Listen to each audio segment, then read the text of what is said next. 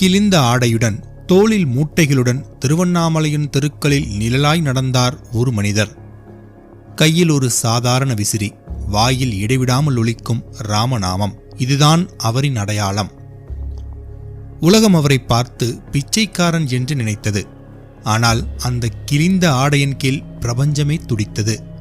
அந்த சாதாரண சிரிப்பின் பின்னால் தெய்வத்தின் சக்தி மறைந்து கிடந்தது என்பது அப்போது யாருக்கும் தெரியவில்லை.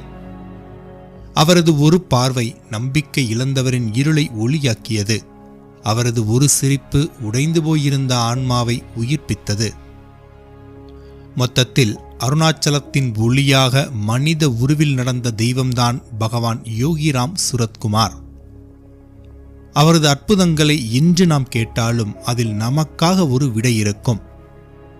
அப்படிப்பட்ட ஒரு அற்புதம்தான் இது. 1900